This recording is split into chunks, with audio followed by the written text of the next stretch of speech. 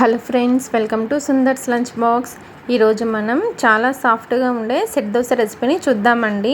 ఈ సెట్ దోశ కోసమని ఒక గిన్నెని తీసుకొని దానిలో 1 కప్పు వరకు దోశల బియ్యాన్ని కానీ రేషన్ బియ్యాన్ని కానీ వేసుకోండి. తర్వాత దీనిలోనే 1/2 కప్పు వరకు మినపగుళ్ళు, 2 టేబుల్ స్పూన్లు సగ్గు బియ్యాన్ని వేసుకోండి. తర్వాత 1/2 టీ స్పూన్ మెంతులు, 1/2 కప్పు వరకు అటుకుల్ని వేసుకోండి. తర్వాత ఈ పప్పులన్నింటినీ 2-3 సార్లు శుభ్రంగా కడిగి మళ్ళీ నీళ్ళని పోసుకొని 4 నుండి 5 గంటలు నానబెట్టాలి. ఇవి నానిన తర్వాత ఈ పప్పుల్ని మిక్సీ జార్లోకి తీసుకొని తగినన్ని వాటర్ వేసుకొని మెత్తగా గ్రైండ్ చేసుకోవాలి. తర్వాత ఈ పిండిని ఒక గిన్నెలోకి తీసుకొని పిండిని బాగా కలుపుకోవాలి.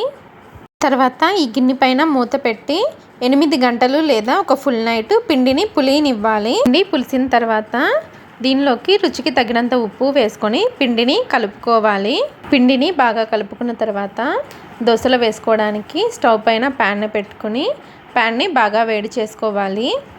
ప్యాన్ బాగా వేడైన తర్వాత మనం ప్రిపేర్ చేసుకున్న దోశ పిండిని ప్యాన్ పైన వేసుకొని కొద్దిగా మందంగా స్ప్రెడ్ చేసుకోవాలి. దోశ వేసుకున్న తర్వాత దోశ పైన హోల్స్ చూసారా ఎంత చక్కగా వచ్చాయో. ఇలా ఉంటే దోశ చాలా మెత్తగా వస్తుందండి. తర్వాత దోశ పైన నూనె కానీ నెయ్యి కానీ వేసుకోండి. దోశ ఒకవైపు కాలిన తర్వాత రెండో వైపు కూడా తిప్పి దోశని కాల్చుకోవాలి.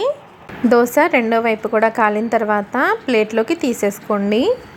ఇదే విధంగా మీకు ఎన్ని దోశలు కావాలంటే అన్ని దోశలు వేసుకొని నచ్చిన చట్నీతో సర్వ్ చేసుకోండి. Thanks for watching.